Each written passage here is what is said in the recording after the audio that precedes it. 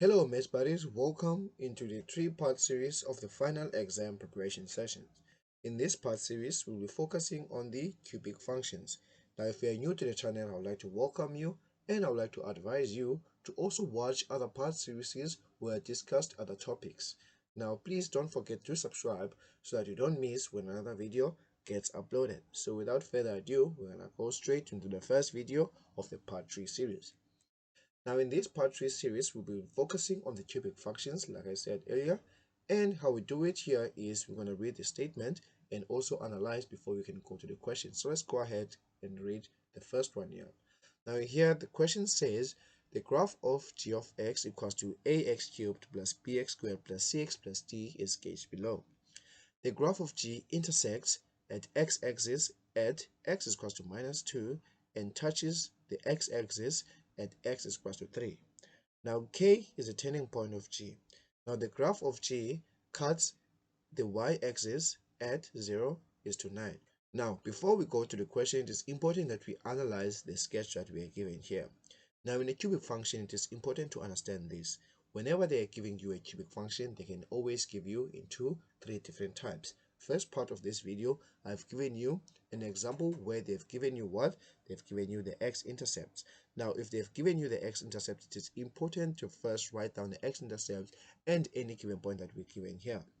Now here, the type that you're given here on this sketch, we call it the x-intercept, right? Is the x-intercepts. Now let's go ahead and write those x-intercepts. Now this is a cubic function, right? So it means if it's a cubic function, we need to have three x-intercepts, right? Now let's go ahead and write the first one. Now the first one here is minus 2 is to 0, right? Now what is the second one? The second one here is what? Is 3 is to 0. Now, if you're noticing at 3 is to 0, you'll notice that 3 is to 0 here, this is a turning point. So because of this is a turning point, it then means now here, this is a turning point and we're dealing with the cubic function. So this means now here, this is going to be 3 is to 0 and the third one is going to be 3 is to 0, right? Now, these are the x-intercepts that we're given. And then let's see what other point are we given here. Now, the other point that we're given here was the y-intercept, right? Which is 0 is to 9. So now here, which means now if we want to find the general formula, right, that is g of x, we're going to use the equation that says g of x is equals to a into x minus x1, x minus x2, and x minus x3. This formula is also known as the intercept form, right? Why? Because we're using intercepts. All right, now that you've seen that, let's go ahead and go into the first question. Now 8.1 says show that a is equals to 1 over 2, b is equals to minus 2, c is equals to minus 3 over 2, and d is equals to 9. So how we're going to do it is exactly how we see it here, right? When I use the x-intercept form. So let's go ahead and do that. So first thing is I'm going to write the equation y equals to a x minus x1, x minus x2, and x minus x3. Now the nice thing about this is the only thing that we're going to do is we're just going to simplify and substitute our x-intercepts and then just simplify, and these values are going to show up by itself, right? Okay, now our x-intercepts, let's see here, which is minus 2 is to 0, 3 is to 0, and 3 is to 0. Now a given point that we had there is 0 is to 9. So let's go ahead and substitute these values. So when I substitute the first value here, I see this is my x1, so it's going to be x. Now this x1 is negative, so it's going to be negative times negative, which is going to be positive. So this is going to be x plus 2. Now what about this other ones? X2 here is going to be minus 3, so 3 is positive, so it's going to be x minus 3, hence x minus 3, and also x minus 3. Now what you're going to do is I'm going to keep the x plus 2 and simplify the x minus 3's first. So multiply this thing out. Now by doing that, you're going to get x squared minus 6x plus 9, right? Now I'm going to do the same thing on this one. Multiply these three multiply these three. Now this gives me x cubed minus 6x squared plus 9x plus 2x squared minus 12x plus 18, right? Now if I'm collecting the right terms, I'm going to collect this and this one, and 9x and minus 12x, right? So doing that, we're going to get y is equals to a into x cubed minus 4x squared minus 3x plus 18, right? So now from here we have our simplified cubic part, but now we still need to find the value for a, right? So to find the value for a, we need to use 0 is to 9, right? So using 0 is to 9, we're going to have 9 equals a into 0 cubed minus 4 into 0 squared minus 3 into 0 plus 18, right? Now this gives us 9 is equals to a. Now all these ones can be 0, but we're going to have 18 left there. So divide by 18, then this cancels with this one. Already we see that here a, let me just write this clearly, a becomes 9 divided by 18 is 1 over 2. So you see here already we have the value for a. Now that we have the value for a, let's substitute it into this equation here. Let's substitute it here, right? So substituting it there, we're gonna have 1 over 2 into x cubed minus 4x squared minus 3x plus 18, right? Now this gives us y equals to 1 over 2 x cubed minus 2x squared minus 3 over 2x plus 9. Now as you can see here, looking at this and what we had earlier, let's look at what we had earlier. Remember earlier we had ax cubed plus bx squared plus cx plus d.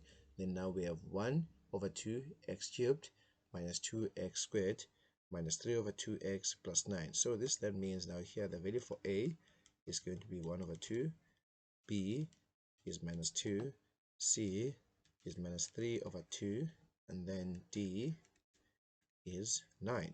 And that is how we get our solutions. Now let's go ahead and look into 8.2. Now 8.2 says determine the x coordinate of the turning point K. So now let's quickly go into the equation that we have now. Now we know that equation y is going to be, let's say 8.2. We know that y is equals to 1 over 2 x cubed minus 2x squared minus 3 over 2x plus 9, right? So now they want us to find the x coordinate of the turning point. Now in the turning point, cubic function in turning point, one thing that we do is to find the x coordinate of the turning point, we always make the derivative, right, equals to 0, right? Now here what you need to do is, because of this is g, right, let me just write it as g of x. Because of this is g of x, we can find the derivative of this. So let's go ahead and do that, right? So doing this is going to give us a derivative of 3 over 2 x squared minus 4x minus 3 over 2, right? Now here this derivative helps us to find the turning point, because we know that in order for us to find a turning point, the condition says that the derivative needs to be equal to 0. So let's go ahead and substitute the derivative. So this means now 3 over 2 x squared minus 4x minus 3 over 2 is equals to 0. So that's our derivative. Now here I'm going to multiply by 2 everywhere so that I can get 3x squared minus 8x minus 3 equals to 0. So now here it's much more easier for me to factorize. So I'm gonna have 3x. Of course, if you struggling to factorize, please make sure that you use the quadratic formula. You can use it right away from there. It's going to give you the same solutions as mine here. So it's 3x multiplied by 3. So it's going to be minus and a 1 and a plus. So this then means here x is equals to minus 1 over 3 and x is equals to 3. Now let's go ahead and go to the diagram. So if you remember the diagram, the turning point, the x coordinate of a turning point, first one it was 3, then now here the second one is that one. So which means now the x coordinate for k, that is for our turning point k, is minus 1 over 3, right? Now let's see if you can squeeze in 8.3 here. Now 8.3 says for which values of x is g concave up. All right, now 8.3. Now 8.3 want the values of x for which the graph is concave up. Now to be concave up, it means that the second derivative now is greater than 0, right? Now let's work our second derivative. So we already know what is our first derivative. There it is. So this is our first derivative. So we need to find the derivative of this now. So let's go ahead and do that. Now g double prime of x is equals to, so that's gonna be 3x, right, minus 4, right? Therefore we're saying second derivative is greater than 0. So we're gonna say 3x minus 4 is greater than 0. Now 3x is greater than 4. Divide both sides. We get x greater than 4 over 3. And that's how we get our 8.3 question. Now let's see what next question we got. So the next question is 8.4. Now let's go ahead and look into 8.4. Now 8.4 is quite tricky, so it's important that we listen very carefully. So 8.4 says determine the coordinates of P, right? I want to find the coordinates of P. If the gradient of the tangent to the graph at P, right, is equals to minus 7 over 2, right? Now the question here says P touches the graph where G is concave up. All right. So now what is it that we want here? So here we want to find the coordinates of P, right? Then the coordinates of P, we are told that the gradient where this point touches on the tangent, right, is minus 7 over 2. All right. So first of all, what we're going to do in 8.4 is let's write the derivative of the graph, right? So in the previous question, the derivative, it was 3 over 2x squared minus 4x minus 3 over 2. All right. Now the derivative is also known as a gradient, right? But now this is a gradient of a tangent, right, on a curve, right, everywhere on the curve, like at any point on the curve basically. So now here we are already told we're already told that the gradient at a certain point here is minus 7 over 2. And then now they want us to find the value for what? The value for P, right? So let's first solve the value for x, that is the x coordinate of this coordinate P, where it has the gradient of minus 7 over 2. So to do this, we're going to substitute g prime x as 7 over 2. Let's do this here. 7 over 2, and then equal 3 over 2 x squared minus 4x minus 3 over 2, right? Now here, as you can see, I'm going to multiply by my denominator so that everything is going to be linear. So this gives me minus 7 is going to be 3x squared minus 8x minus 3, right? Now in standard form, I'm going to take the minus 7 across, so 0 is going to be 3x squared minus 8x minus 3 plus 7. So this is 0 equals to 3x squared minus 8x plus 4. Now let's write it into the right order. So in the right order, it's going to be 3x squared minus 8x plus 4 equals to 0. So let's go ahead and factorize this.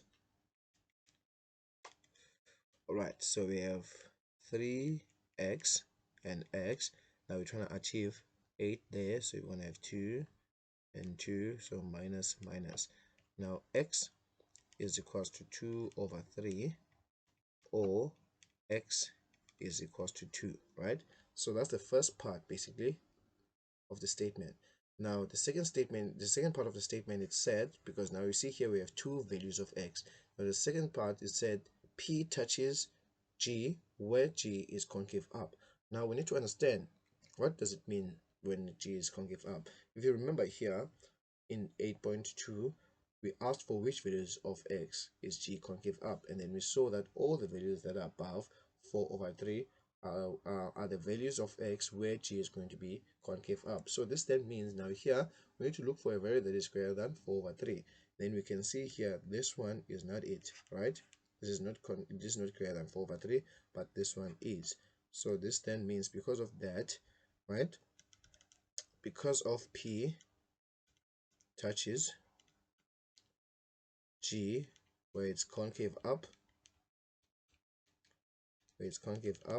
then means now the x value for p is 2, right? Now let's go ahead and find the y value. So how are you going to find the y value? You're going to go into the normal equation, right? The original equation. So which is 1 over 2x cubed minus 2x squared minus 3 over 2x plus 9. So let's substitute the value for x there. So it's going to be 1 over 2 into 2 cubed, right? And then from here, we're going to say minus 2 into 2 squared minus 3 over 2 into 2 plus 9. So when we press this on our calculator, we get y equals to 2.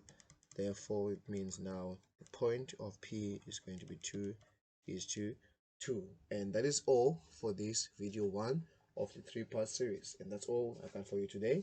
Just make sure that you don't forget to subscribe so that you won't miss when the second video gets uploaded, because in the second video we'll be focusing on the second type on the functions that we're gonna give you, and I'm gonna see you onto that one.